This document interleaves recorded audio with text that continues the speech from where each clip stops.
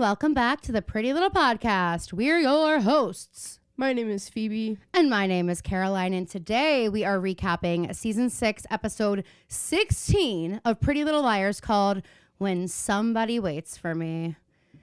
Where somebody waits for me. God. Okay. All right.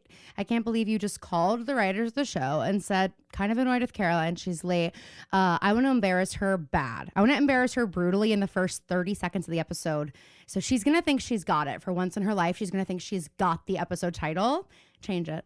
Change it. I'll text you the second we log on to record. Showrunners, change it. Change it on IMDb. Change it everywhere. I can't believe you did that. Yes, it's a short recap because what we're learning this episode is that the writers really have no sense of direction whatsoever, and they're really just throwing everything at the wall. Spencer had a weird lunch scheduled with Yvonne. We don't really know who scheduled it yet until we find out that Mona is involved, and Yvonne left her phone there and Spencer stole it so that they could trace back who made that appointment. And then when she returns it, that's when she sees Mona, and Mona comes to get the phone. Emily has no money, so she's selling her eggs, and Allie tries to mend fences with Emily by going to the hospital with her. But Allie had one job at the hospital, which was to stay by Emily's side the entire time. And the second she leaves the room, Shower Harvey comes in and injects Emily with the substance. And then once Emily had a really short recovery for this, she's literally back alone in Lucas's loft when she goes out into the hallway because someone knocked to find a bag of rotten groceries with a message from A saying, basically, I took your eggs, or I'm gonna take your eggs if you don't find the killer of Cece. Allison and Elliot Rollins, Cece's doctor, have something going on, and we find out more about that in this episode. Again, in case you guys all forgot, we're back in Rosewood because Cece wanted to get out of wherever she was being kept and being treated for her whole thing she has going there. So all the girls are back, and this has kept Hanna from her boss for a while, and when she goes back, she's a half hour late, and so Claudia fires her, and then she and Jordan just keep on driving, and where they drive, you literally will never guess, but we're about to find out. And then the girls, in case you forgot, they confront Ezra. They think that he had something to do with Cece's murder, and he screams at them. And then last week, this is the last thing, Aria and Spencer break into Shower Harvey's room via the patio, and then they find out that this room she's staying in was actually Charlotte's room when this was the sanitarium. And also there's a massive hole in the closet that leads down to God knows where, but that's where Aria is right now. And that's the recap. Someone sent us this tweet that was the original tweet was Pop Crave or something that said that Sasha revealed that the show is actually supposed to stop after season 5, and somebody retweeted it and said, 1, we can tell, 2, blah, blah, blah, blah. And somebody sent it to us and was the 1 we can tell is so Pretty Little Podcast coded. It's not even funny. And I was no, but we can tell. We can literally tell that none of this was supposed to happen. It's these first couple episodes for the time jump shouldn't have quite made it to film. No. It feels these should have been the first drafts of the script. Let's think about all these different storylines that we could explore. Yeah. But instead they were wait, we have 30 more episodes we have to write. So we're just going to put everything we've thought of in there and see kind of where that takes us. And I don't know what would have been easier, honestly, because I think it is such a tough device to be and here's a 5-year time jump. And these girls have had 27 hours in every day of their lives that have been action freaking packed. So now we kind of have to explain all this shit, and they literally can't do the number 1 rule of writing, which is show don't tell. They have to do telling. Right. And so it's just freaking boring for us. It does also kind of explain. Do you remember the last episode before the time jump where the girls are all saying goodbye to each other, and we were they are looking like they are. It is very similar to the actual last scene of the entire show, and they're actively actually crying and look like they're saying goodbye. But then I'm but that was still only halfway through. Right. They knew they had the rest of this season. Yeah. Or I guess maybe, no, I bet they were re-signed for 6 and 7 during season 5, and they probably would have put that scene at the end of season 5 after all the dollhouse stuff. I don't know. That I don't doesn't know, make sense either, actually. But hey, it sure is not what happened. So that is that. But I totally agree with the we can tell sentiment here. We begin, as Phoebe mentioned, Hanna and Jordan were driving somewhere we never could have guessed. We start from, we love our overhead shots. We love our in the corner of the ceiling shots in this show. Giving original sin. It's giving original sin on the staircase. Setup. Yeah. And it's Hanna and Jordan. And like, okay, but tell me why this is supposed to be such like a tacky, heinous room. And I was like, why is this like the blueprint for my dressing room?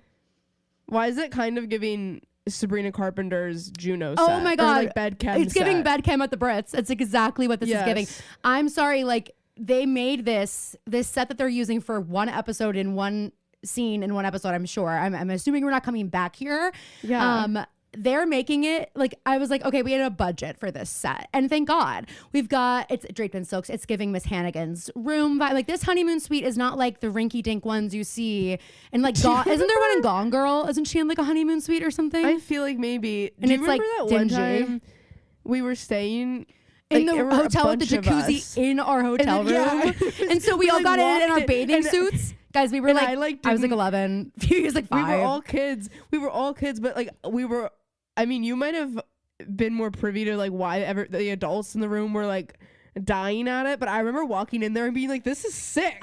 This is literally my dream world. I remember being privy to why it was like, because Mom was literally like, is this a honeymoon suite? Because like Dad booked like a it. Fireplace. Because it was like, I think we were literally on like a road trip home, and we like needed a hotel, but we weren't planning on staying in the hotel. And we always used to try to stay in hotels with pools because obviously kids fucking love swimming. And so kids fucking love being submerged in water. So we were like, if there's not a pool, let's keep driving, Mom. Keep your eyes on the freaking road, drink a coffee, let's go. Like, and so when we walk into the room with a jacuzzi, Phoebe's like already changed. She's already in her bathing suit. Because that is the thing. I put it on at 6 a.m. before we got in the Sequoia. Probably. I was like, well, I gotta be ready just in case a rest stop has one. You were like, I know we're not going to stop somewhere that doesn't have a body of water in the room or the hotel. But like we go in and like it doesn't dawn on anybody else why having a jacuzzi in the middle of the bedroom, you guys, like not in the bath. It's not like you go in the bathroom, there's a jacuzzi. It was like the bed was like facing the jacuzzi. I don't want to know why. I don't want to know for what. But Mom's like, well, I guess get in your bathing suits and get in. So we treated it like that was the pool. I'm imagining like Dad calling. He's like, okay, well, there's not a pool, but next best thing, jacuzzi in the living room, jacuzzi in the bedroom. Anyway, that's what this room is giving, except that was in like the signature Hilton fabrics. This is like silky red leopard lace. The Hilton concierge handing Mom the key to the honeymoon suite, seeing that she's got like a gaggle of kids. 3 daughters, a gaggle of girls with her. Yeah, exactly. But that's where Hanna and Jordan are. And Hanna starts it by saying, I'm not used to having an audience. And I was like, wait, I'm sorry, are we looking at two-sided glass? Like, did they buy the room that has an audience? What do you mean audience? We find out there are like cupids all over that she's talking about. But like, this is another thing. I'm like, this is such a weird opening scene. Yes. Because it's like 15 seconds, then they start having sex again. And that was crazy. I was like, I mean, they're like, really just, they continue to push farther and farther. We're adults now, and we let's fuck. Give him okay? something to watch. I mean, literally. To watch. And then she gets on top of him, and the covers fall down, and we see her bare back. And I'm like, okay, every girl had to have one. We've seen that before. Every girl had to have one. It's in their nudity rider that every girl gets to have a bareback shot. Ashley Benson's like, hey, where's don't mine? think I forgot about the clause in my contract. Oh, let me guess. Hefty Hanna doesn't have one? Huh. Okay, yeah. Actually, I do. And the budget for this is getting amped up. Yeah, I'm investing. Okay? I'd like to be an executive producer for this episode. Okay? And give Hanna what she really deserves. I love that. And so that scene was like 10 seconds long, and then we go to the little like Radley hallway. And this is also like a short. Did you have the same thought that I had though? Because last episode, y'all, Spencer is yelling down that hole. She's like, Aria, are you down here? Like, we're like, Aria is dead at the bottom of this pit. She is dead. And then Spencer goes down. Turns out, oh no, Aria's just standing there, just kind of having a moment to herself. She could hear you. She could hear you totally fine, Spence. She's been waiting. She's been holding the flashlight like this with her mouth waiting for somebody to find her that way to come down and say, what's wrong? So she can freeze and go, hey, Spence, Yeah. you're going to want to see this. I mean, literally, Aria's like, is there anything better than somebody looking at you with concern and saying, Aria, what's wrong? No, what a rush. Like, that's what she wants right now. I just thought it was so funny. I'm like, if I'm Spencer and I'm like, all right, I'm going back upstairs. Fuck you. Like, I just went down this ladder so fast. What if I fell? Aria's like, okay, I'm in wedge heels. Like, if you fall in ballet flats, that's a you problem. Anyway. So they see this like terrifying little like switchboard or something. Yeah. It looks like a bunch of rat traps. It sure does. It's reminiscent of the dollhouse. And A goes, guess we find out where Cece learned all her tricks. A does not say that. Spencer does. You go and I say A says, I'm like, oh my God, Oh. I missed a major moment if A is the one that comes out of the shadows and says that. No, but there's also like a doorknob that doesn't have any dust on it and everything else does. So they're like, someone's been down here. This is how I actually know that I'm an idiot, because I'd be like, well, I would probably still go in the door, but I wouldn't be like, Phoebe's no like, dust. Phoebe's like, wait, this is dust? Okay, this is all over the place in my apartment. I thought this just came with into place. I thought this was just what happened. Oh my God, this is dust. Yuck. I saw this TikTok of this person who, like, I guess they saw a TikTok of someone painting the blades of their like fan, their like room fan, like one of those like the fan that we have like in the basement. Oh God! And then they went to do it and they noticed it was just an inch of dust. They actually didn't say anything about the dust. They said, I thought this was gonna look different, and all the comments go, well, it doesn't really matter because that needed to be clean. They're like, no, the important job got done. Like, you wiped off the blades, thank God. You tried to paint over she like wipes off the paint, it comes off with the layer of dust. She's like, oh, okay, I didn't paint the actual surface. Okay.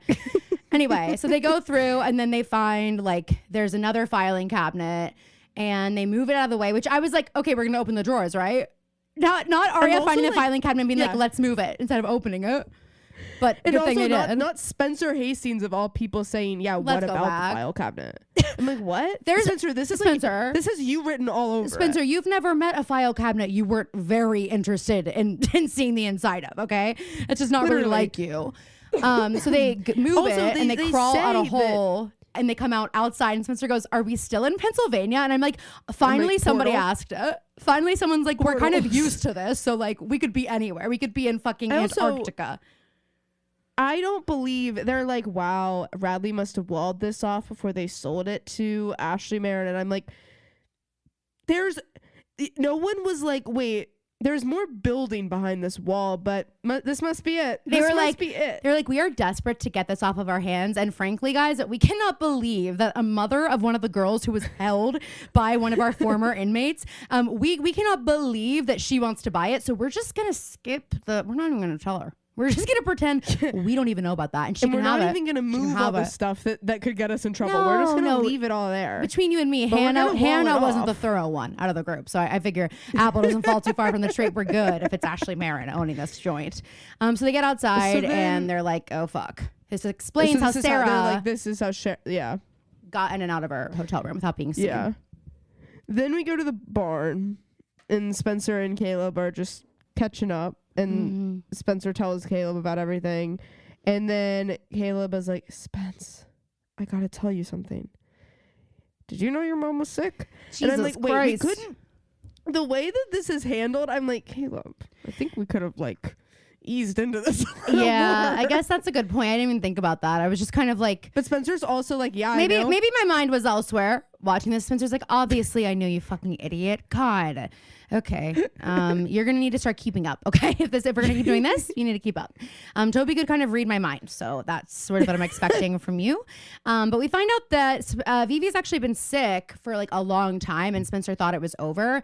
But Yvonne's team has all of Vivi's medical records, which is not legal, and it says that has Mona written all over it, except we find out later it doesn't. Well, it sort of does, but also sort of doesn't. You know what I mean?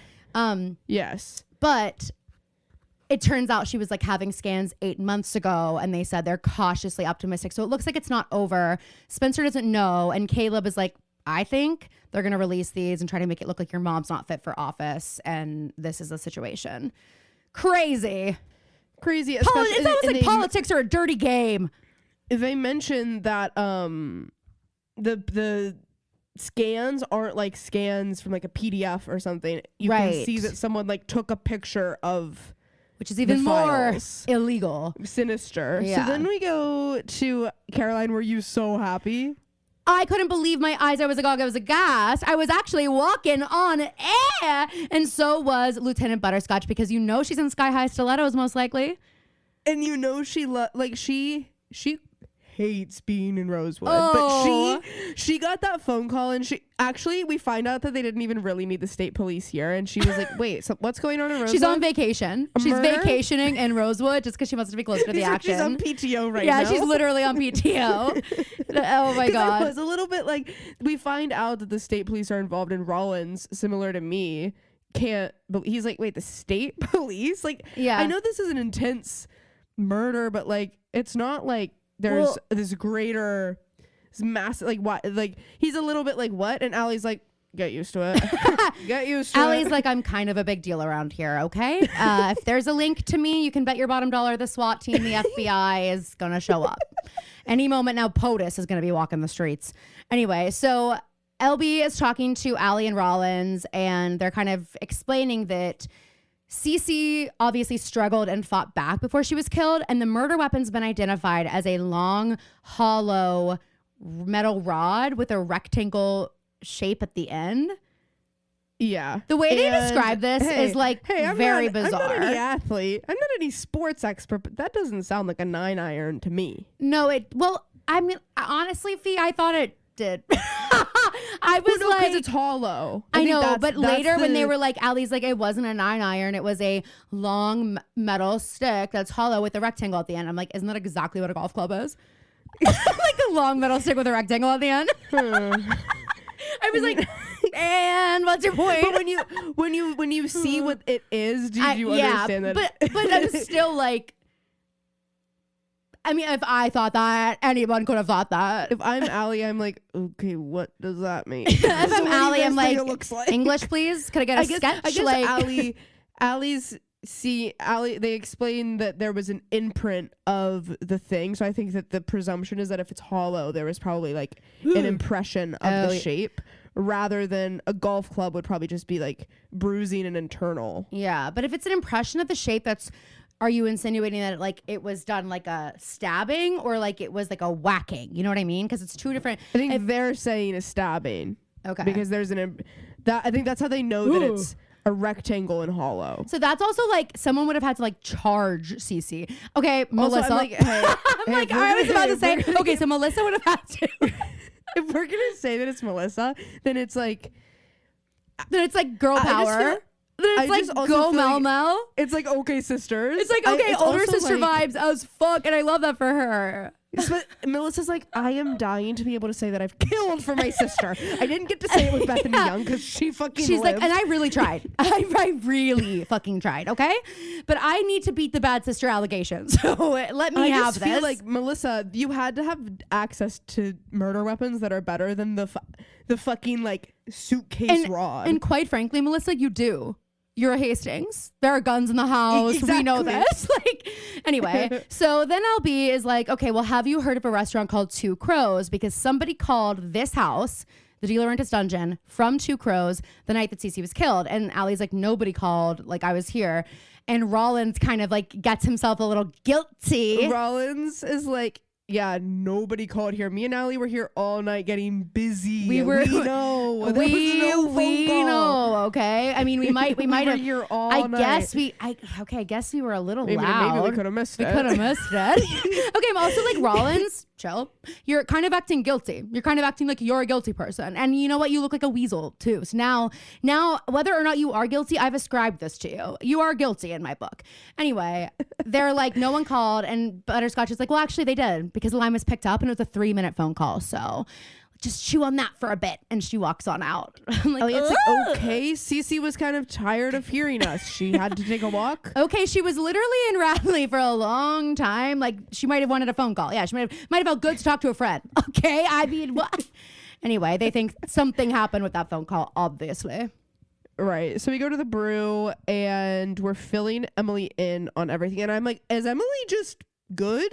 She just had like invasive egg retrieval surgery, and she's walking around in a skirt. It went horribly awry. So mentally, physically, what's the status, Em? I just like would assume that the recovery time for a procedure like that might be a little longer than like 12 hours. I don't actually know what it is. The recovery time is like. If anyone's had egg retrieval, let us know. I do not actually know the answer to that. I know they put you under, so I mean, I'm sure it's like, but I do think that it's outpatient. Like I think you just, you have to rest. But I'm just thinking that's of how not really Kat Emily's Cohen whole looked vibe. after hers. True. I'm thinking of Kat Cohen's video. Well, I do think it's very hard on the body, and so Emily, goddamn, it has been through a lot. LiLi's here. LiLi came to surprise this girl, and Aria's like, I'm single in Rosewood. Hey, what the fuck are you doing here? And in the brew, no less. You don't know the significance, but this is not. Oh, okay, I'm feeling I'm schwitzing. I am schwitzing, LiLi. Get the fuck out. She's like, normally I love when a man that's not Ezra is with me here, and I can't get Ezra jealous. But Ezra's not here, so you can't be here, okay? When Ezra comes back, I'll call you. Well, Emily starts walking by, and Aria's like, Emily, this is Liam. And Emily's like, we met. Bye. She has no interest in Liam. And Liam is like nice, but I'm also like, this is why they're together, because he says, yeah, on the computer. Yeah. and then Emily's like, okay.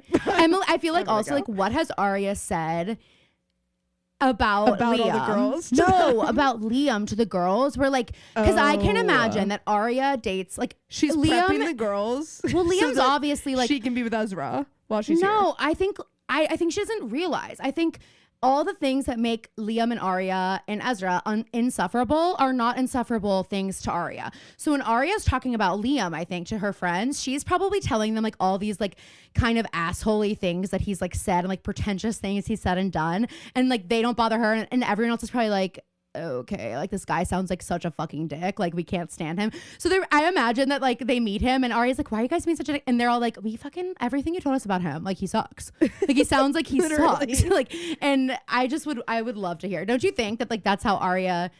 You hear people talk about their boyfriends and you're like, I don't want to meet this person at all. Like at all. Yeah, I feel like that is the vibe here.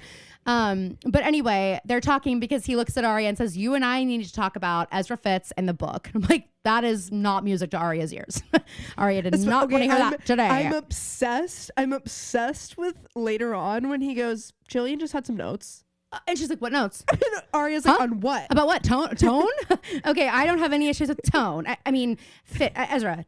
Z. I mean, Z. I mean, Ezra. I mean, Mr. Fitz. I mean, anyway, so then we go to campaign headquarters. Spencer wants to talk to her mom. And like, this is not the space. If you are here to talk to Vivi about like her having cancer. And also like, hey, a day like this is not the time. That's how I felt too. We don't even need to touch on this. It's a nothing. She doesn't get to talk to her mom. It's a nothing burger. She doesn't get to talk to her. That's that. Okay, so Emily. That's now in Caroline's vernacular. Yeah, of course. It's just something I learned along the way. The subtle gifts of the pod. Emily's going to the Hollis Medical Center. Okay, this story like makes my heart hurt. Like this is just Emily. This whole story though, not just Emily. Tell Vivi to quit the campaign. She's got someone to represent in the court of law. And sue the Hollis Medical Center for all of their work. I said exactly what I meant is exactly. Exactly. Because Emily shows up to the Hollis Medical Center. Tell me why there's a note on the door. It's like, unfortunately, we've canceled all appointments and we couldn't send an email. You couldn't send an email? You couldn't do a call? Do you know how mad some of these women are going to be? Someone like... Oh, these women have been pumping themselves with hormones and they're going to show up. Imagine our mom showing up to a doctor's appointment and they sign on the door. And oh, I don't think so, honey. Imagine a day like this. We're going to the endocrinologist. Mom's taking us out. We're basically missing the whole day of school. The endocrinologist is a whole day. Thinks we're going to the Cheesecake Factory afterwards. Well, exactly. To make ourselves feel better. To make ourselves. I used to be like, I hate going to the endocrinologist. I hate it. Even though our doctor was so sweet, but I was like, I know afterwards, mom feels so bad that we just had to go to the doctor and have the doctor be like, so like, let's amp up the physical activity. And mom feels so bad about it. And Phoebe's had to get blood drawn, which like was a whole thing, and so mom feels so bad she has to take us to get cheesecake, and we're like, okay, fine. okay. And that's what I love about our childhood is it was like, yeah, we're just gonna like do the thing that's gonna make you want to fucking die as a little kid. But like then mom's gonna be like, let's go emotional eat. And we used to always act like it was like in the area. We'd be like, well, yeah, and that's actually like the opposite 45-minute car ride, like in the opposite direction, and there's a wait. Doesn't matter what time of day it is, there's a wait. Okay. And we're missing an entire day of school. Yes. And we don't feel bad about it. Mom's like, well, is it okay if you miss this period? And you're like, yeah. Like you don't talk about it before you go in the morning. You're like, mom's like, can you miss 6th period? And you're like, no. I'm like, that's my honors freak-out class. I absolutely can't miss that. Yeah, it's nothing. It's a study hall basically. You go to like one period of the day so that like I wasn't going to any. Because I'm also having a little bit of a moment in the morning about it. I'm also like, I can't go to school. I have to mentally prep for this, for what I'm about to experience. Standing on the scale. I hate doing that. And guys, guess what? I have an endocrinologist appointment next week. I hate going as an adult. So bad. Just a general doctor. In my mind, if I go to the endocrinologist every 6 months, I don't need a PCP. That's how I always felt growing up. I know I do. Why do I have a pediatrician? I was like, who's my PCP? I don't know. Like, I don't know. They don't do anything for me. They don't prescribe me any meds. I almost said our doctor's name. Whose doctor? I don't have one. Our doctor from our childhood. That's in my head. That was our PCP because we saw her the most frequently. Yeah. And also, we'd go to our pediatrician. It's like a different person every time. Sorry, I don't have a primary care physician because there are 800 of them. But then I got one. Then I got a PCP, and this is a story for another day. If you guys ever want to hear about, maybe it's a story for the Patreon, but she had me quote weaning off of my antidepressants to change into new ones. Let me tell you.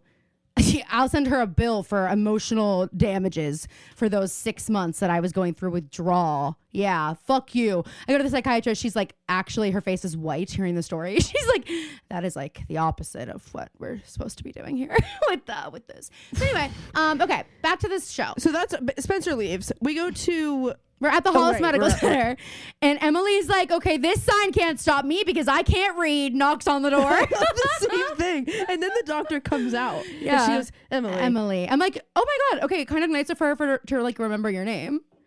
Well, she feels so bad. She's like, oh, I had to look at you and tell you that you're not. But wait, we learned in this episode, it turns out Emily is still getting the money. So that's okay. That makes me feel way better. Yeah, I agree. Because I thought she wasn't getting the money. And it must be a good amount because Hanna says that she can finish school later in the episode. Yeah, I literally thought she was like, they dropped out. You're not getting the money now. You just did all of this. And that's why last week we're like, no, there needs to be something in the contract. It's like she probably got paid this whole time. Like every time she did injections, you know what I mean? So I bet she got a lot of the money like up front as she was going through the treatments and stuff like that maybe. Yeah. Anywho, but so the girl does come out. Ooh. And she's like, there was nothing we could do. We have backups and backups to the backups, but everything for the power was cut and we lost an entire freezer unit. And you can see in Emily's face, she's like, this is high school all over again. Oh my God. I know that. Like you are acting like it's a freak accident, and I know that it wasn't. And Emily's also like, and I know that it's my fault.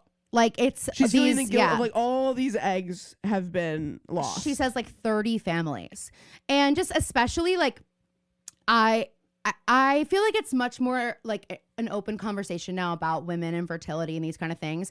But I do think a lot of that is that I'm like, you know, at childbearing age apparently, and which is not to say I won't be bearing a child, but I am technically at that age.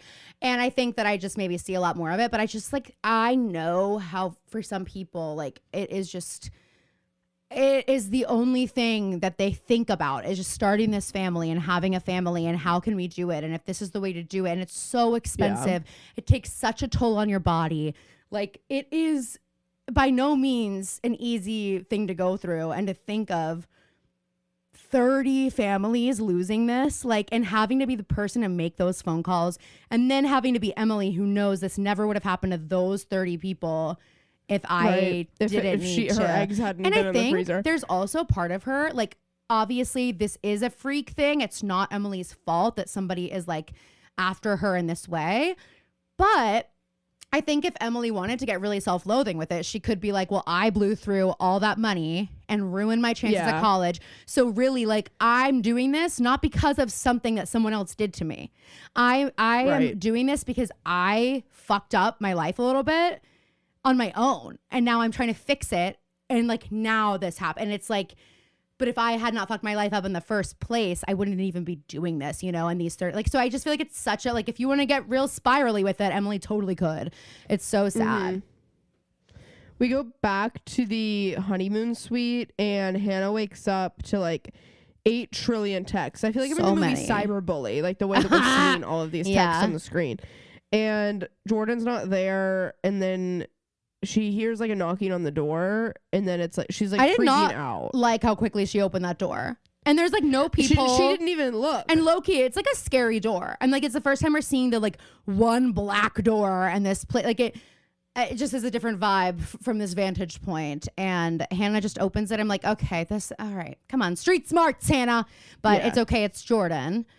Thank God. And there's like room service there, and she didn't order it, and he's like, I just like went to go make a couple calls, so I didn't like wake you up. And she's being mean to Jordan this episode. I understand she's on edge, but he is like her punching bag this episode. And he's like, okay, we'll go back to Rosewood. And he's also like having this moment of like, last night you were like anywhere but Rosewood, and now you're like, we have to go back to Rosewood. And it's like, it's just getting to that point where she's having to lie about things again, and it's getting back into this cycle, and like it's just, yeah, but she is not being nice. And so he goes to like take a shower or something, and she opens the room service platter.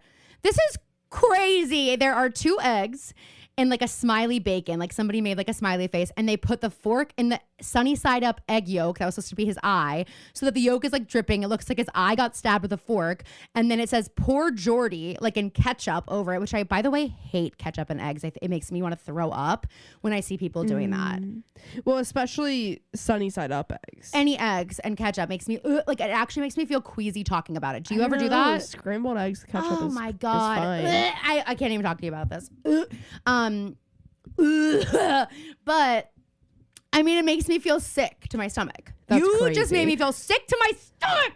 Just kidding. Just imagine, maybe it's sriracha, maybe it's hot sauce. They wrote It's it in. also gross, but it's okay. It's better. But anyway, there's also, that's wild. I know it is. I'm not the majority with this. I know. Look at me, always on the outs, always on the wrong side of history. Yeah. We go to the dealer in this dungeon, and Allie has been like these last couple episodes trying different things out with her makeup, and this is the best she's looked this season. I think that like I know she's been trying out different things with the makeup, and I don't think the hair is the exact right color for her skin tone, but I do think she looks really pretty. This episode especially. I just mean like we had the first episode when she had like her smoky eye. Yeah. As she was teaching like 9th grade English. It's not really like matching up with who we're knowing her to be in this moment. Also, Sasha Peterson made a good point on that. I think it was the podcast. She said that thing. Also, I saw a clip where she was like, my character like wasn't in high school, wasn't learning, and then like we flash forward only 5 years forward, and she's fully teaching. I know. Like, okay, Sasha, get on the pod, because we have been seeing that. I also like that we open the scene at the DeLaurentis dungeon by looking at this hilarious little baby pic of Sasha Peterson, where she's like, it's obviously like a dance recital. Did you miss this? It's obviously like, you know, those photo shoots kids do before their dance recital, and they do it in their costume. Well, yes, of course. It's obviously one of those. Her hair is in like spiral curls, and she's like young, and it's hilarious. And it opens just with like a shot of that.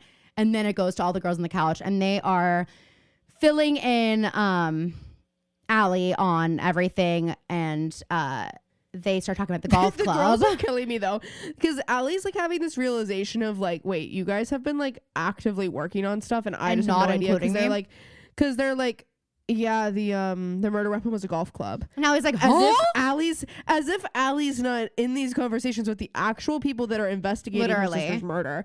These girls come in, they're like, it was a golf club. Allie's like, so no, it wasn't. And Emily's like, wait, are we being punked? Like they're like shocked that anything could be getting, they could be getting anything wrong.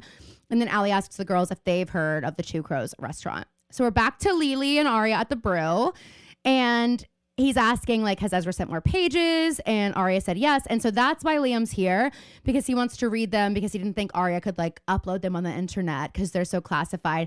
And this is where he's like, and yeah, Jillian has some notes about tone. And Aria's like, what? It's funny. We go to the loft, and Jordan's like unloading groceries while Emily is telling Hanna about the egg situation, and Em's like, Hanna says stay here, or Not at Pam. Stay at Lucas's loft. That is not going to be good for your mental health, anxiety levels if you're there with Pam and you're having to hide this. The fact that all your eggs are gone. Literally, that is so true. But also, it's just so funny. I'm like, okay, and again, no one lives here. No one in this room right now lives here. So, and I'm just like, just stay here. I don't know when Lucas gets back, but he'll be fine with it. If you guys have to share a space for a little bit and cohabitate, it's cool. He's great. He's really rich now. Anyway, so they're like, did somebody kill Charlotte because they thought that we wanted them to kill Charlotte? Like, they're trying to figure out the motive here because they don't think that the person who's sending them the texts killed Charlotte. They want revenge on whoever did, but then the idea is that whoever did might have done it because they thought the girls wanted that to be done. They're acting like they are just realizing that. I was like, that was pretty clear from the start that they were here to avenge Charlotte's death. Yes. We go to the store, and Mona and Spencer have a freaking standoff. Oh, this is a great Mona Spencer scene. I couldn't either. It is just giving the store. Mona's like looking in an antique handheld mirror when Spencer walks in, and it's just like such a funny Spona moment. Mona and Spencer have this hilarious interaction where Spencer's like, "What happens if I just ask you something?" And Mona's like, "Try it and find out." Like, okay. Okay, Ella Montgomery. Do we both have to speak in riddles? Like, it's just so goofy. So anyway, Mona's like, Spencer says, "Did you tell Yvonne to leave her phone at lunch on purpose?" And Mona says, "Yes." And she's like, "Did you tell her to do that to see if she could trust me, to see if I would take it?" Mona says, "Yes." And Spencer's like, "Did you actually tell her that I took it?" Mona says, "No." And so it turns out basically the reason Mona did this was so that Spencer could find out about her mom being sick without Mona like breaching contract and telling her that. And she would be aware that this is their plan because Mona thinks it's wrong and wants to help Spencer, which I kind of love. But I'm like, that I never would have figured that out. No. Like, that's such a windy road to get there, but I guess it makes sense. And they're basically like, Yvonne doesn't really know, and neither does her mom, who's the candidate. Like, it's the campaign that's going to be doing this. And Mona has this realization at the end of the conversation that Spencer didn't act like Mona thought that she was just sharing the fact that the campaign would spread the information. Right. She didn't realize she was that telling. Spencer didn't know. Right. Exactly. Hormone harmony. Road warriors, let's get real. Managing PMS can be difficult. When I get on to record the podcast with Caroline, it can be tough sometimes to lock into a cheerful mood. But good news. With the help of Hormone Harmony, I am able to manage my PMS and so much more. It helps me balance my moods and even improves my sleep quality. Hormone Harmony is dedicated to making women's lives better. One of the ways they achieve this is through science-backed herbal extracts called adaptogens. These help your body adapt to stressors. Hormone Harmony is third-party tested, non-GMO, and gluten and dairy-free. It's no wonder to me a new bottle of Hormone Harmony is sold every 24 seconds. If you can even believe it, for a limited time, you can get 15% off your entire first order at happymammoth.com. Just use the code PrettyLittlePodcast at checkout. That's happymammoth.com and use the code PrettyLittlePodcast for 15% off today. Right. So then we go to the loft, and Jordan is like, "So would you guys like believe that it was a malfunction?" And Hannah's like, "Yeah, why?" Hannah is biting his head off.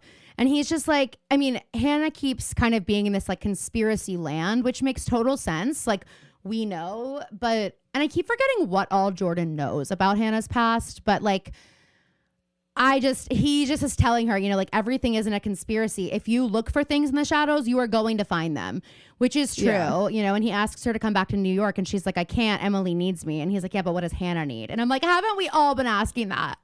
Haven't we all?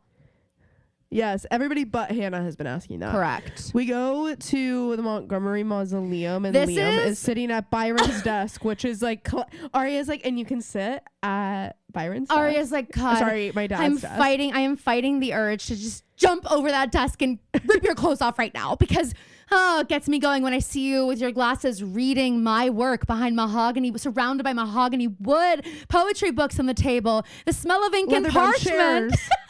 Like, she's literally just like, it's like her dream, except for she's terrified because she knows he's reading her work, and he knows her so well. He says, I really like them, but there's just like there's conflicting voices sometimes, and that sends Aria into orbit. She's like, I thought Ezra and I thought as one. How can this be possible?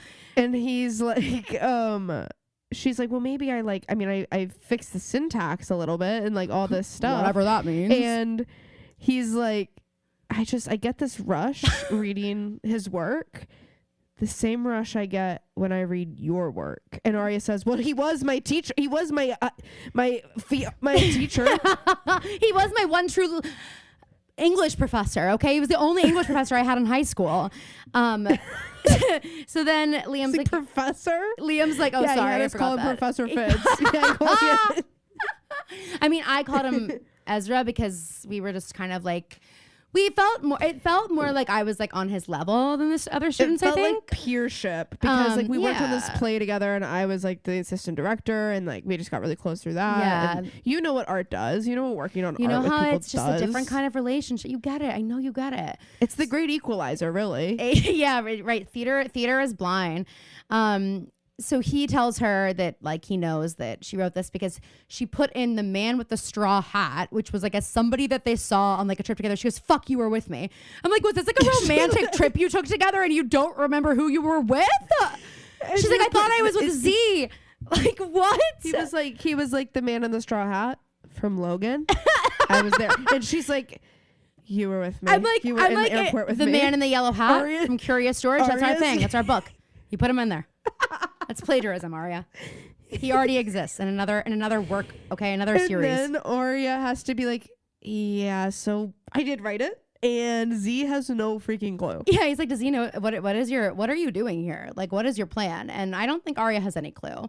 So Spencer is telling Caleb about what Mona did, and she asks him to corrupt the file or erase the report so that they can't leak it. And he's like, I obviously can't do that. Caleb goes, listen, I am a fly on the wall right now. The second I delete something, sirens go all around, and I'm out of there. There's no way. And Spencer, come on, you know that. And he's like, your mom just needs to go public with this. And she's like, well, I can't. I'm having a moment with Caleb where I am realizing that I think Hanna made him likable. Okay, Phoebe, because this episode is not a good episode for Caleb, but I know it's part of it is the flashback we get that we're about to get to that I obviously did not like. But I think, yeah, I think you might be onto something with that. I mean, you know what it is. Hanna leveled him out and brought out like the redeeming parts of Caleb, and Spencer, like he's gonna like kind of adapt to the mindset of who he's with, and Spencer doesn't have a happy-go-lucky bone in her body. Like she wants to be on and thinking like this all the time, and I think these are the kind of annoying parts of Caleb, but it is like his expertise. It's just like if Aria wasn't dating someone who was a writer, she might not be as fucking annoying about it. You know what I mean? But because that's it's actually like, so true. because they can talk about it all the time, and it's like they're like feeding off of each other and like making it worse. Yes, exactly. Yes. So I feel like that's also like if Spencer and Caleb are together and they're just constantly thinking about like super spy shit like this, like Phoebe Connell's spy school, you know, then of course, then it's gonna be more annoying than like the more genuine sort of. As I also feel like I also love that the letterhead on that notepad was Foe's detective agency, not Phoebe. I noticed that as well. I thought it was interesting. Anyway, so Hanna then texts Caleb, "Can I buy you a drink?" And I was like, "Oh, fuck." Yeah. So Aria explains to Liam. Basically, they're they're basically like Vivi has to go public with this information before. Oh, sorry. Aria's explaining everything to Liam. She just wanted to keep Jillian interested, so she sent the chapters. And she's like, well, is Ezra going to be in trouble? And he wants her to finish the chapter, and then if Ezra's not back, they'll figure it out. Like, okay, whatever. He's like, what's the difference between risking trouble and high adventure? Like, okay, this is you're an enabler. Annoying the fuck out of me. And honestly, LiLi, what's the difference between you and Ezra besides age? Because at this point, there's not one. So Hanna and Caleb are getting drinks at the Radley, and she says, I poked the bear and the bear stole Emily's eggs. Why did because Hanna deleted the footage? Yeah, I don't really. She's just blaming herself. I'm for just like everything. The twists and turns here. Caleb says bullies don't need an excuse. Like if you hadn't done whatever she thinks was the inciting incident, there would have been a different inciting incident. Like something else would have And been the Caleb, thing to poke the bear. right. And he calls this person A, and she's like, well, this isn't A, this is something different. And he's like, well, it's really just like a symbol or a letter. Like it's, which is sort of how I've been feeling about it too. Spencer. Exactly. This like the way he's explaining it to Hanna, I'm like, this isn't, if you and Hanna were still together, this isn't how you would be. Well, it's like, I feel speaking about exactly. it. And I feel like the same way when we get like Spencer and Mona together, like it's just a little bit too powerful because it's just like, they're going to egg each other on. And that's why Spencer needs crate time. And I think that Toby in a lot of ways like provided that crate time for Spencer because it was like, okay, let's take off our detective hats. He's the off button. Like he's the off button. He doesn't have a whole ton going up in there. Even though he's a cop, he doesn't have a whole ton. Hanna was protecting Caleb from so much of this. She didn't want him involved, whereas Spencer's like, I want you so involved. We're both going to be involved. We're going to be like this power couple that does it together. When they were in high school, Spencer would have called Caleb up every single chance she got to help. And Hanna was the one who was like, no, we're not getting Caleb involved with this if he doesn't need to be. She just has more unfettered access to Caleb. And like, there no longer is anybody here to rein her in because now her friendship with Hanna is weird too. And like, I think typically Hanna would have kind of reeled Caleb in out of protection for him. And I think it shows that their like love was better than, it was a healthier, more sustainable love than like what Spencer and Caleb have going on. They're talking about all this and they're like, okay, well, maybe this person isn't A and it's not the same person, but they want the same thing, which is to fuck with you guys.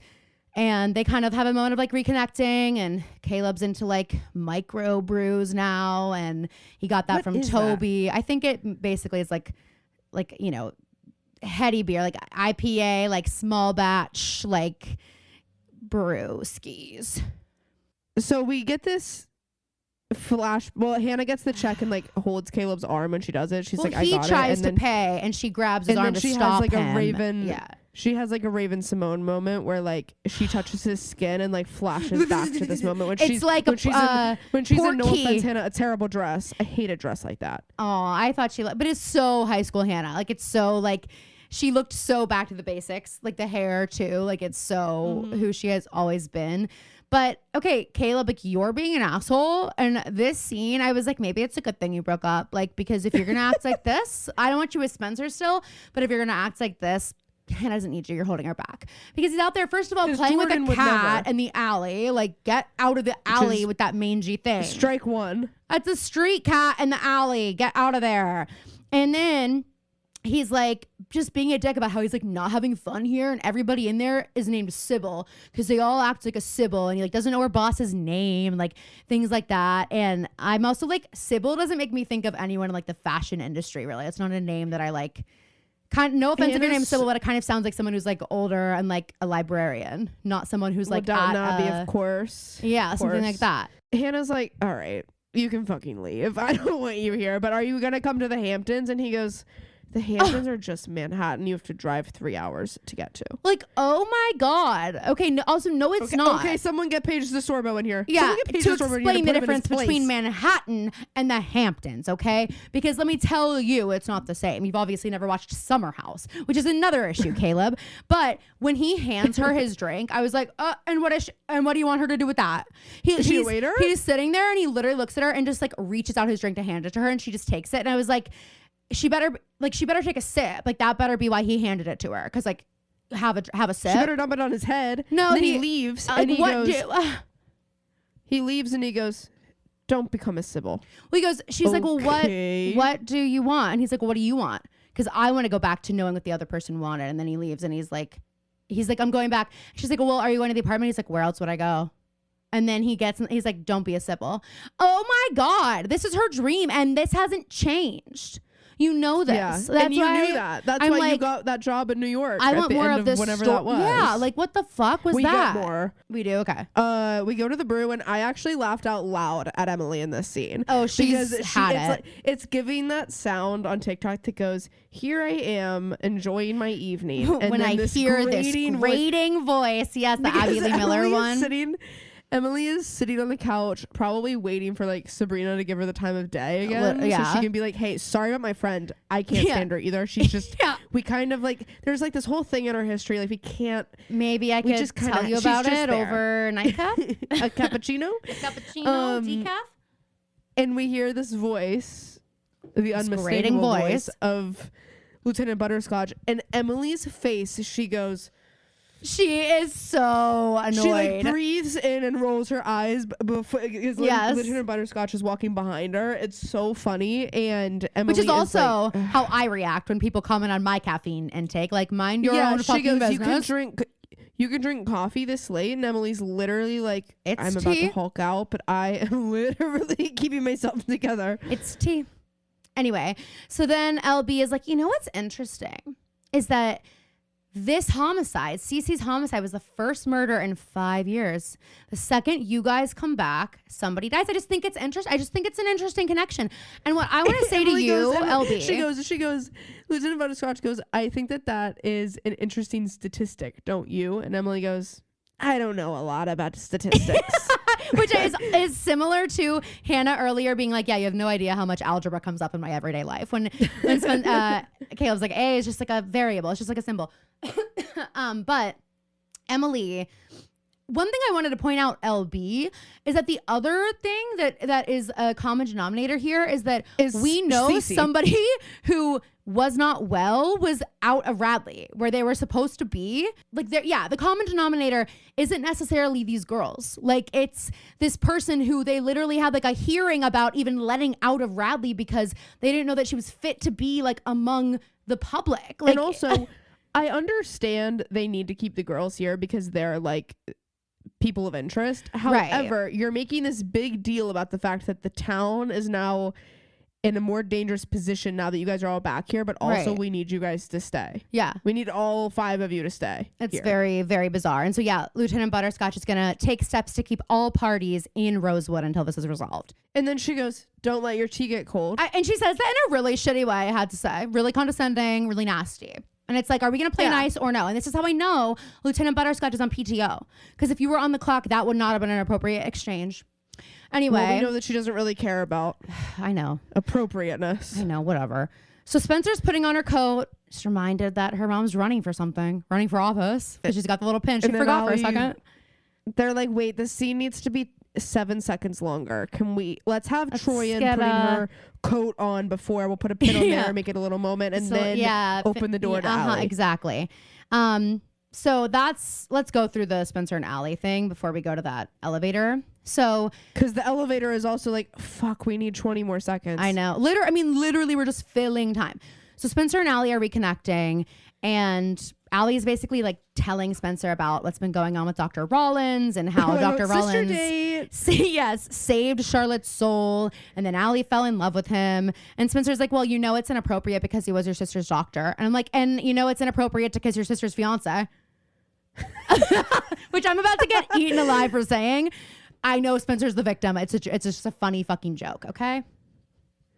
Yeah, it's also inappropriate because your best friend from high school's high school boyfriend. Boom! And then we know they're not the same levels. If you guys don't know we're woke by now, like, I don't know what to tell you. Okay, so anywho, we didn't write this show. So Allie says something that I think is very interesting and astute. She says, Charlotte and I both put a lot of energy into being people no one could love, to keep people away, which is so true. And like, I can think of people who do that. It is such a defense mechanism. And, you know, that makes sense that Allie would do that.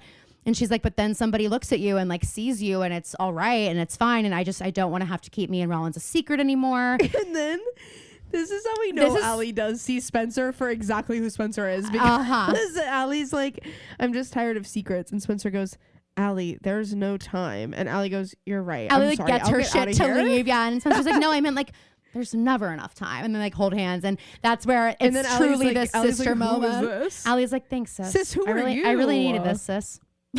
Really needed some good old sister time. She opened the door. We didn't see it, but when after Spencer opened the door, Allie said, I just need my sis. Sometimes you just need your sister, huh? And then we also didn't get to see this, but Spencer goes, I'm your sister. It's what I do. I was listening to Ride the other day, the Benny drama podcast, and they went on a whole, I'm your sister. It's what I do. Did they start saying it and that's what made us start saying it again? Or I think that they were the resurgence of the line. I was like, okay, or they listen to us. Which I kind of like that narrative better, but it's okay.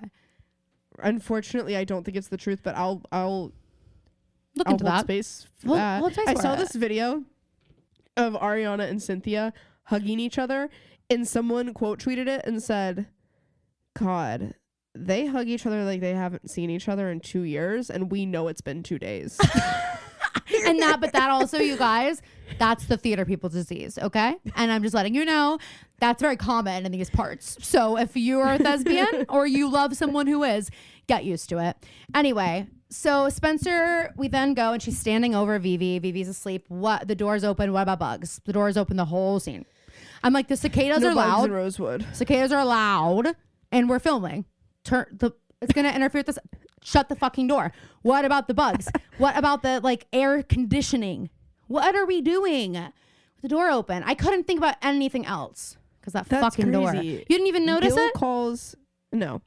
Gil calls Vivi, and the polls aren't great. There are 15 undecided voters, and Spencer says, I will personally hunt them down. It's giving. And put them on my back and take them to the polls. It's giving Phoebe Connell last November. It's giving Phoebe Connell November 2024.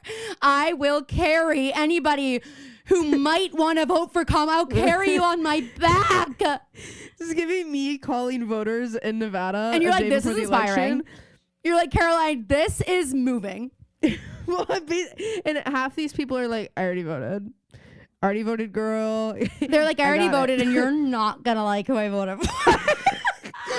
They're like, there was another option. Wait, what? My ballot only had one person, and you're like, and so that's actually, I don't want to start that rumor, but anyway, okay, so they're just talking about how they kind of talk about it without talking about it though, because Spencer's just like, hey, I'm worried about you and not about the election. And Vivi's like, look, it's going to be fine. And she goes, I'm having so much fun. And I wish I did this 20 years ago, even 10 years ago, but I'm doing it now. And Spencer's like, you're doing it now. And Vivi emphasizes right now I am doing it. And it's like, it is kind of this powerful moment where she's like, I'm not going to let this take what I love away from me. I wasted time not doing this earlier. I'm passionate. I'm happy.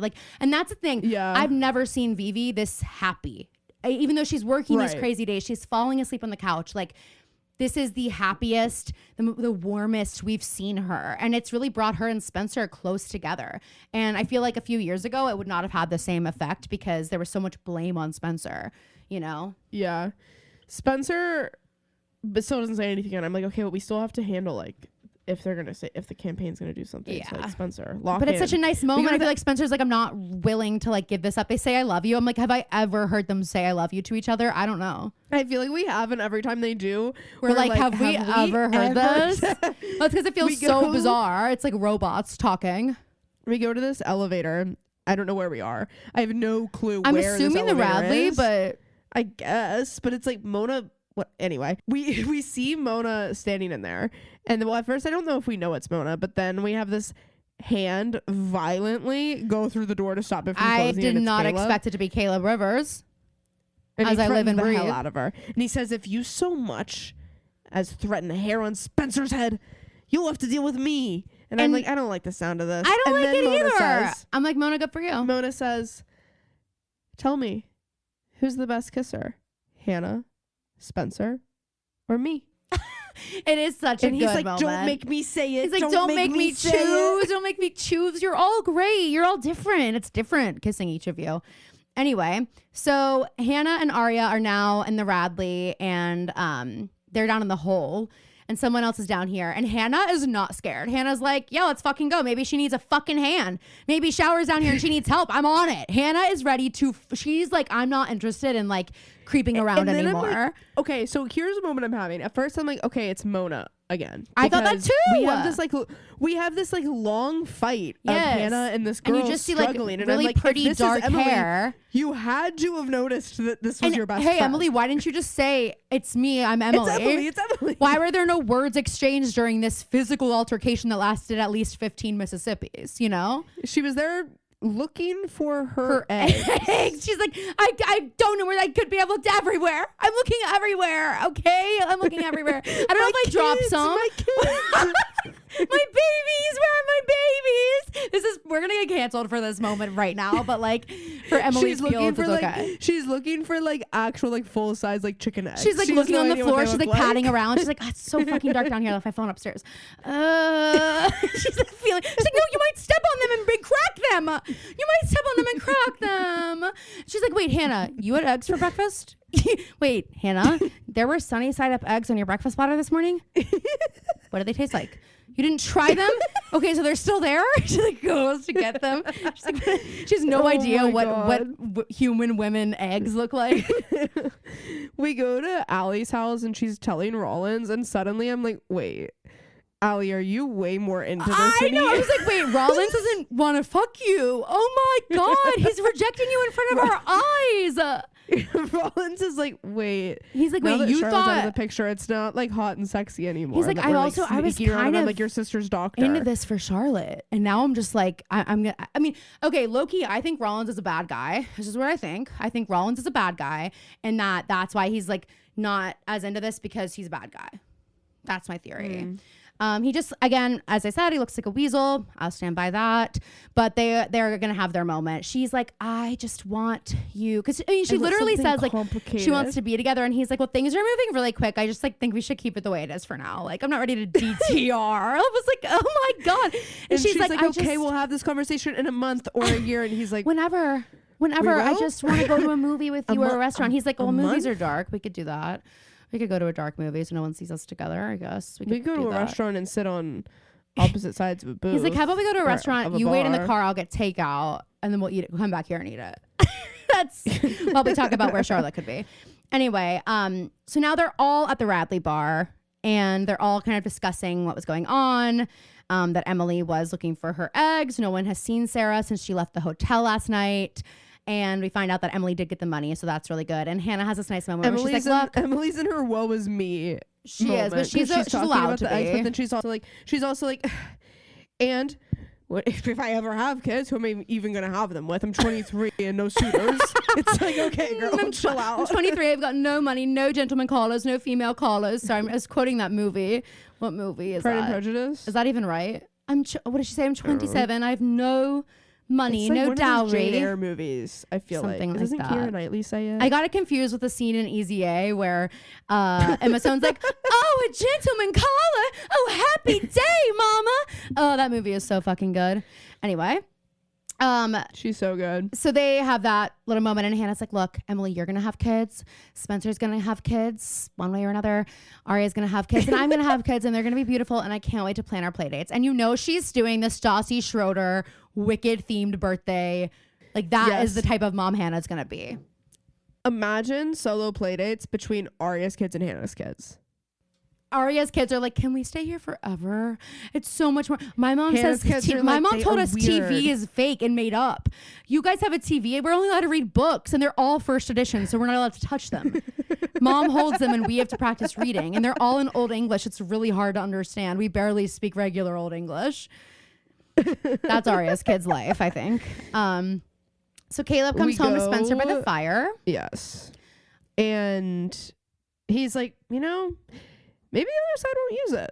Maybe we can just like chill out about all this. Yeah, and Caleb, that's always like, how it works out. Maybe they'll take the high road. And Spencer remembers this sign that's in the basement of the Connell household that says, take the high road. There's no traffic. There's no traffic. She goes, there's no traffic up there. She does say it. She says it exactly. And he's like, so true. He's like, your brain. And so anyway, then she says, he's like, puts her hand on her face and he's like, do you need anything? And I was like, is she about to suck his finger? Like, what are we doing? Because she like leans her face in and starts like kissing his hand. I'm expecting her to be like, I need something. Yeah, I need something. Caroline's been spending the last couple episodes just catastrophizing as horrifying. What is catastrophizing about that? They've been fucking. And we know it. We've been basically seeing it. We've basically seen their porno. The Spaleb porno for the past few weeks, okay? What do you mean I've been catastrophizing? I think the catastrophe is happening before my fucking eyes. There is absolutely a catastrophe. Spencer, I don't have to world build it. It's there in front of my fucking face. Spencer says... Disrespectful, actually. Could you go get a glass? Your girlfriend's drinking alone. What are you doing? Wavy baby. I can't wait to talk about Southern hospitality.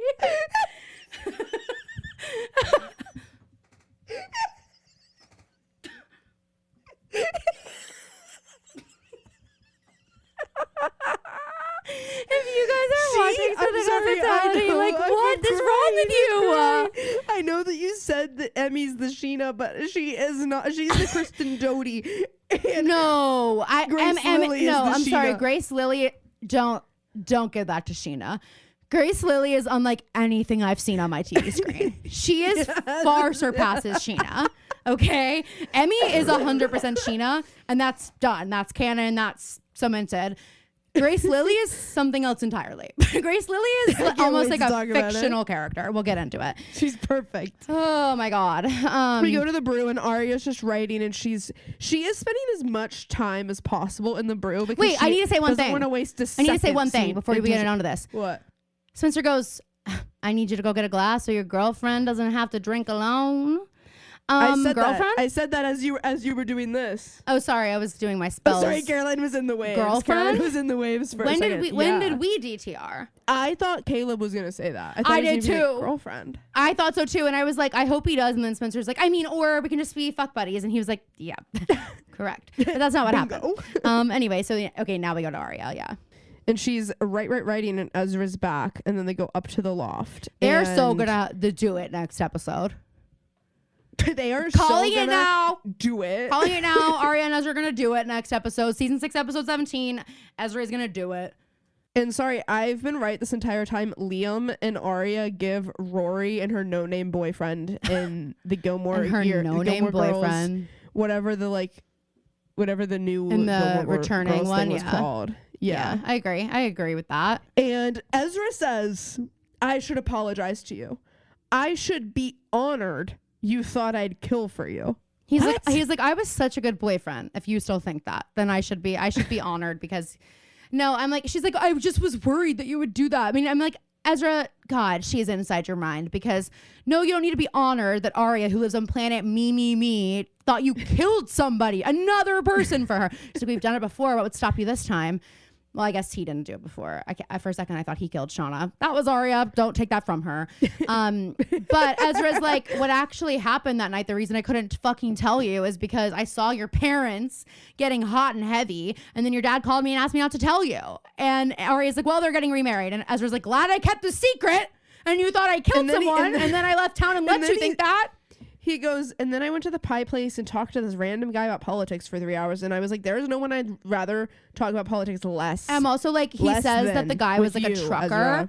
So I'm like, okay, so what was that conversation like? I'm also like, Ezra, I know we probably align. However, he's got to be the most pretentious, insufferable person to talk about politics He's with. Definitely one of those people that like makes us look bad. You know what I mean? Like we share his views most likely, but the way that he talks about them and acts is this like holier than thou vibe is like, a bad look for us who are like not like that. You know what I mean? We're just like a little bit too much. And he's like for him, it's all like theory.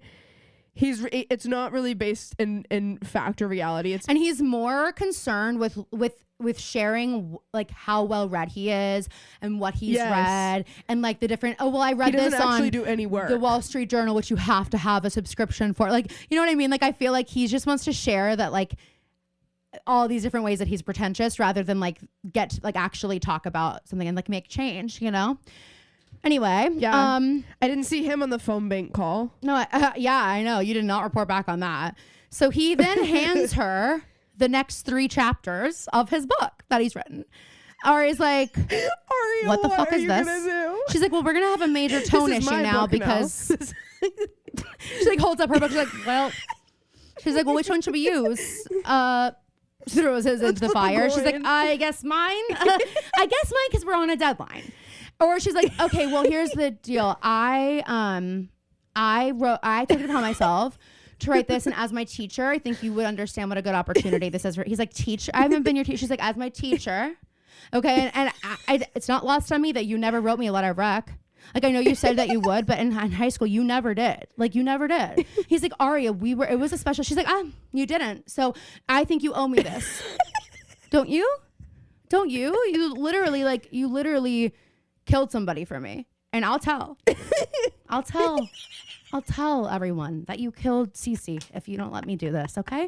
And that's just it, okay? And I was just like, okay. That's actually not what happened. But Aria, I can't wait to see. What if she's like, okay, what if we just use like every other page? We switch with mine. Or we do your first chapter, my second chapter, my third chapter, my fourth chapter. My own adventure. Yeah, exactly. Let's just do 2 copies and see which one Jillian likes better. Let's just do that. We can put your name on both of them. You put your name on both of them. Because I was thinking my pen name would probably be like Zelda Fitzgerald. So which is like a Z. No, see, it's Z Fitz. So it would still be fine for you to use Z Fitz if you want. And then that's actually that's my pen name. I don't know. He's like, well, I'm going by FS Fitz. She's like, that's not my problem. That's not my problem. You might have to go by Z. Anyway.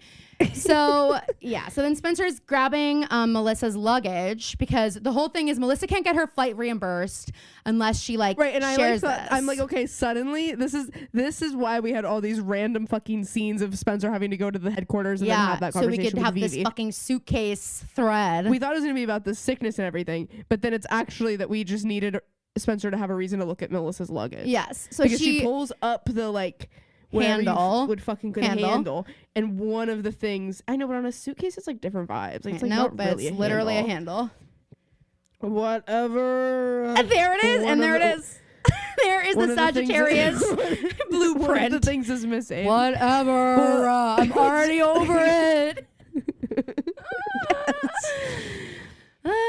But yeah, so she thinks missing. That it's and Spencer's holding it, and she goes, "This almost looks like a long metal rod with a rectangle cut at the end of it." And I'm like, well, I know that fucking wonky description anywhere. She has the same pose. They're like, what could the murder weapon be for Charlotte? And they're like, a hollow metal like trying rod something else. She's like, Caleb, come here. Starts hitting him with it. She's like, I just want to see if it's possible. I just want to see if it's possible. Toby would have let me. She's in the same pose as Aria from the beginning of the episode where she's holding the flashlight with her mouth agape. Caleb? Y'all don't want to see this. We might got be a problem. Caleb, you see this? I got some news. You see bad this? News. A missing metal rod with a rectangle cut at the end of it. She's like, Caleb, come here for a sec. How would you describe this piece? And he's like, probably a long, hollow metal rod with a rectangle cut into it. She's like, exactly, as I suspected. We're in trouble. How much time you got? She's like, how much have you had to drink? Can you drive? We got business to do. And he's like, no, but it's crate time. She's like, we don't have crate time. Okay? I gave that up when I gave up Toby. I don't care what you heard from Toby about I don't need crate time, okay? I don't need it. I'm productive. It's a kid saying they don't need a nap. That's Spencer in this moment. So then we get our A scene. Oh my God. We go to our A scene, yes, and Whistle While You Work is playing, and we see someone with medical gloves, not our classic black leather gloves. Right. Kind of cleaning off the switchboard, the shock board. Yeah. We don't really know what it is, but whatever we saw in the beginning of the episode. And then they pull the lever crunk, and they pull the lever, and then it's blackout. Which this little hollowed out area of Radley is giving Yzma lair. Yes, it is. It's only a matter of time before this ladder is replaced with a chute like Yzma's. Pull the lever crunk. It's only a matter of time before Yzma's in an episode. And I'm waiting, and I, for one, can't wait. All right, synopsis for next week. Season 6, episode 17. It's called We All Got Baggage. As romantic relationships move forward, the liars investigate a new suspect in the murder case. Kind of a lame synopsis, gotta say. Kind of lame. I prefer synopses that are a little bit longer. Give me more to read out loud, because you know how much I love that. But anyway, guys, thank you so much for listening. Next week on the Patreon, so not this not tomorrow, but the next week, we're doing our next Pretty Little Punch Bowl episode for tiers 2 and 3 on the Patreon. So make sure that you are subscribed and don't miss our first one. We talked about what the liars were like in college during those 5 years we didn't get to see. And so we are taking submissions for what you'd like us to talk about or world build or discuss in our next Pretty Little Punch Bowl episode. So DM us on Instagram, post them in the Reddit, message us wherever, leave a comment on this episode. And yeah, we will see you next week. And splat. Splat.